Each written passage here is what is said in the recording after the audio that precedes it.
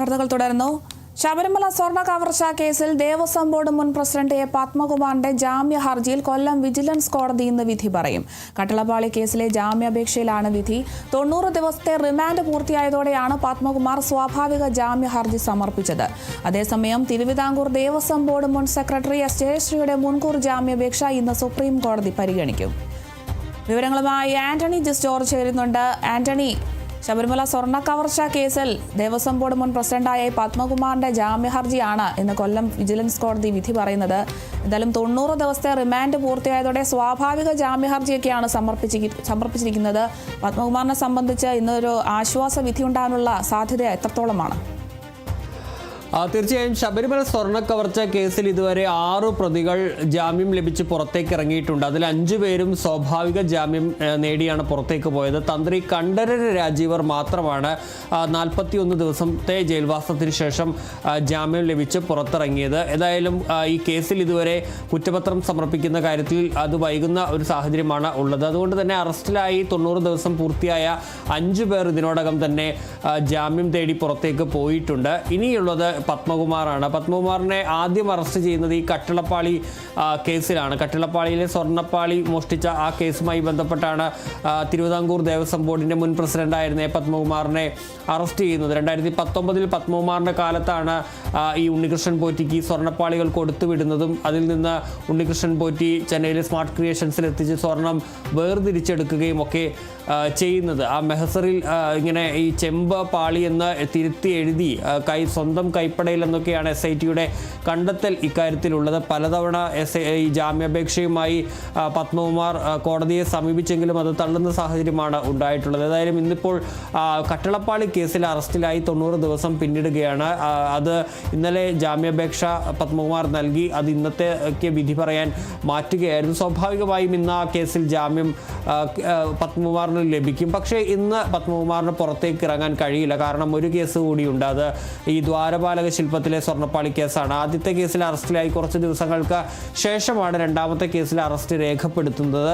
അടുത്ത ആഴ്ചയാകുമ്പോൾ മാത്രമേ അത് 90 ദിവസത്തിലേക്ക് എത്തുകയുള്ളൂ ഈ അറസ്റ്റിലായിട്ട്. അതുകൊണ്ട് തന്നെ ആ അടുത്ത ആഴ്ച കൂടി ആ കേസിൽ ജാമ്യം ലഭിക്കുന്നതോടുകൂടി പത്മകുമാറിന് പുറത്തേക്ക് ഇറങ്ങാൻ വേണ്ടി കഴിയും. അങ്ങനെ 7 പ്രതികൾ ഇതോടുകൂടി പുറത്തേക്ക് ഇറങ്ങുന്നു എന്നുള്ളതാണ് ഏറ്റവും പ്രധാനപ്പെട്ട കാര്യമായി ഉള്ളത്. ഏതായാലും ഇന്ന് തന്നെ പത്മകുമാറിന് ഈ കട്ടളപ്പാളി കേസിൽ ജാമ്യം ലഭിക്കും. അടുത്ത ആഴ്ച രണ്ടാമത്തെ കേസായ ദ്വാരപാലക ശില്പപ്പാളി കേസിലും പത്മകുമാർ ജാമ്യാപേക്ഷ നൽകുകയും സ്വാഭാവിക ജാമ്യം നേടുകയും ചെയ്യും എന്നുള്ളതാണ് പ്രധാനപ്പെട്ട കാര്യം.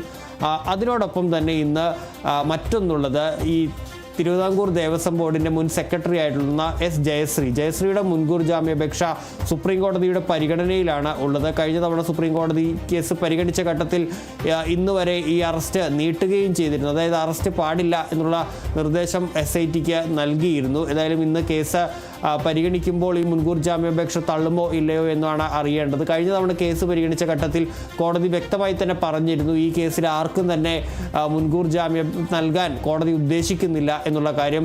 എന്നിട്ട് കോടതി ചോദിക്കുകയും ചെയ്തു, ശബരിമലയിലെ സ്വർണം മൊത്തം കൊണ്ടുപോയല്ലേ, അതുപോലെ തന്നെ ഈ കൊടിമരത്തിലെ സ്വർണം വരെ അടിച്ചു മാറ്റിയല്ലേ, വാർത്തകളെല്ലാം കണ്ടു എന്നുകൂടി കോടതി അന്ന് ചൂണ്ടിക്കാണിക്കുകയും ചെയ്തിരുന്നു. ഏതായാലും കോടതി ഇന്ന് ഒരു തീരുമാനം പറയുമോ എന്നാണ് അറിയേണ്ടത്. ഏതായാലും അന്ന് കോടതി വ്യക്തമാക്കിയിരുന്നു ആർക്കും മുൻകൂർ ജാമ്യം നൽകാൻ ഉദ്ദേശിക്കുന്നില്ല എന്നുള്ള കാര്യം. ഏതായാലും ഇന്ന് അറസ്റ്റ് നീട്ടുമോ എന്നുള്ളതാണ്. കഴിഞ്ഞ തവണ ചോദ്യം ചെയ്യലിന് ഹാജരാകാനുള്ള നിർദ്ദേശം ജയശ്രീക്ക് നൽകിയിരുന്നു. 3 ദിവസം അവർ അവിടെ ഹാജരാവുകയും ചെയ്തിരുന്നു. പക്ഷേ അറസ്റ്റ് സുപ്രീം കോടതി തടഞ്ഞ സാഹചര്യത്തിൽ അറസ്റ്റ് രേഖപ്പെടുത്താൻ കഴിഞ്ഞില്ല. ഏതായാലും ഇന്ന് കോടതിയുടെ തീരുമാനം ഇക്കാര്യത്തിൽ വളരെ പ്രധാനപ്പെട്ടതാണ്. ആരോഗ്യ പ്രശ്നങ്ങളടക്കം ചൂണ്ടിക്കാട്ടിയാണ് ഈ ജയശ്രീ സുപ്രീം കോടതിയെ ഇപ്പോൾ സമീപിച്ചിരിക്കുന്നത്. നേരത്തെ ഹൈക്കോടതി ഈ മുൻകൂർ ജാമ്യാപേക്ഷ തള്ളിയിരുന്നു. അതിന് പിന്നാലെയാണ് സുപ്രീം കോടതിയെ സമീപിച്ചത്. ഏതായാലും ഇന്ന് ആ കേസും കോടതിയുടെ പരിഗണനയിലേക്ക് എത്തുകയാണ്. ശരി, വ്യക്തമാണ്. എന്തായാലും ദേവസ്വം ബോർഡ് മുൻ പ്രസിഡന്റായ പത്മകുമാറിന്റെ ജാമ്യ ഹർജിയിൽ കൊല്ലം വിജിലൻസ് കോടതി ഇന്നാണ് വിധി പറയുന്നത്.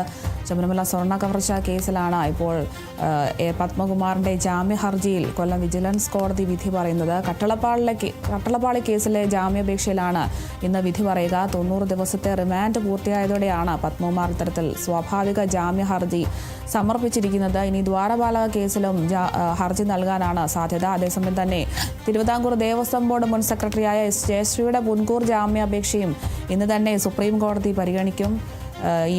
ഇന്നത്തെ വിധിയാണ് പത്മകുമാറിന് വളരെ നിർണായകം തന്നെയായിരിക്കും. എന്തായാലും കൂടുതൽ വിവരങ്ങൾ നൽകിയത് ആന്റണി ജസ് ജോർജ് ആണ്.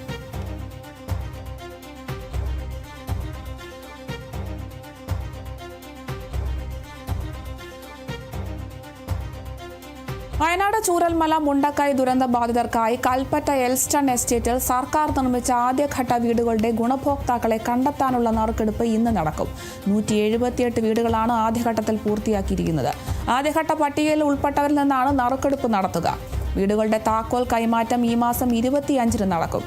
ടൗൺഷിപ്പിലെ മറ്റു വീടുകളുടെ നിർമ്മാണവും അതിവേഗം പുരോഗമിക്കുകയാണ്.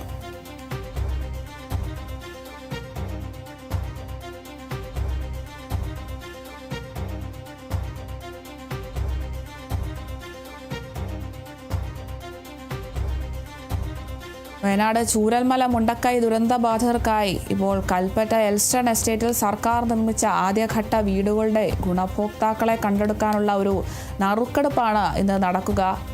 ഇന്നാണ് ആ ഒരു നറുക്കെടുപ്പ് നടക്കുന്നത്. 178 വീടുകളാണ് ആദ്യഘട്ടത്തിൽ തന്നെ പൂർത്തിയായിരിക്കുന്നത്. വീട് നഷ്ടപ്പെട്ടവർക്കൊക്കെ ഇന്ന് ആശ്വാസമുള്ള ഒരു ദിവസം തന്നെയാണ്. 178 വീടുകളാണ് പൂർത്തിയായിരിക്കുന്നത്. ആദ്യഘട്ട പട്ടികയിൽ ഉൾപ്പെട്ടവരിൽ നിന്നാണ് ഈ ഒരു നറുക്കെടുപ്പ് നടക്കുക. വീടുകളുടെ താക്കോൽ കൈമാറ്റമൊക്കെ ഈ മാസം 25-നാണ് നടക്കുന്നത്. ടൗൺഷിപ്പിലെ മറ്റു വീടുകളുടെ നിർമ്മാണവും അതിവേഗം തന്നെ പൂർത്തിയാകും. എന്തായാലും ഉരുൾപൊട്ടി വന്ന ഒരു വിപത്തിൽ വീട് നഷ്ടപ്പെട്ടവർക്ക് ഇന്നൊരു ആശ്വാസമാവുകയാണ്. ഇത്തരത്തിൽ എല്ലാം നഷ്ടപ്പെട്ട് പകച്ചു നിന്നവർക്ക് നൽകിയ ഒരു ഉറപ്പാണ്, ഈ ഒരു സർക്കാർ നൽകിയ ഉറപ്പാണ് ഇന്ന് പാലിക്കപ്പെടുന്നതെന്ന് കഴിഞ്ഞ ദിവസം മുഖ്യമന്ത്രി ഉറപ്പ് നൽകിയ ആ ഉറപ്പ് ഇപ്പോൾ പാലിക്കപ്പെടുകയാണെന്ന് മുഖ്യമന്ത്രി കഴിഞ്ഞ ദിവസം പറഞ്ഞിട്ടുണ്ടായിരുന്നു. അതുപോലെ തന്നെ അതിജീവനത്തിൻ്റെ പ്രതീകം കൂടിയാണ് കൽപ്പറ്റയിൽ ഉയർന്നിരിക്കുന്ന ഈ ഒരു സമുച്ചയമെന്നും മുഖ്യമന്ത്രി പറയുന്നൊരു സാഹചര്യം ഉണ്ടായിരുന്നു. എന്തായാലും വയനാട് ചൂരൽമല മുണ്ടക്കൈ ദുരന്തബാധിതർക്കായി കൽപ്പറ്റ എസ്റ്റേറ്റിൽ സർക്കാർ നിർമ്മിച്ച ആദ്യഘട്ട വീടുകളുടെ നിർമ്മാണമൊക്കെ പൂർത്തിയായിട്ടുണ്ട്. ഇന്നാണ് നറുക്കെടുപ്പ് നടക്കുന്നത്. 178 വീടുകളാണ് ഈ ഒരു ആദ്യഘട്ടത്തിൽ പൂർത്തിയായിരിക്കുന്നത്. ഇന്നെടുക്കുന്ന നറുക്കെടുപ്പിലായിരിക്കും ഈ ഒരു വീട് ആർക്കൊക്കെയാണ് ലഭിക്കുക എന്നൊക്കെ അറിയാൻ കഴിയുക. എന്തായാലും താക്കോൽ കൈമാറ്റം ഈ മാസം 25-നാണ് നടക്കുക.